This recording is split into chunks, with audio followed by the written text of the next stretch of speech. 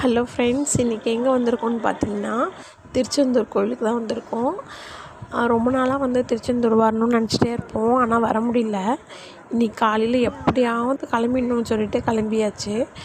வரத்துக்கு ஈவினிங் ஆகிடுச்சு. அதுக்கப்புறம் வந்தோடனே சாமி ஃபஸ்ட்டு பார்த்தோம். சூப்பராக இருந்தார் சாமி, நல்ல கூட்டம். அதுக்கப்புறம் கடற்கரைக்கு போனோம்.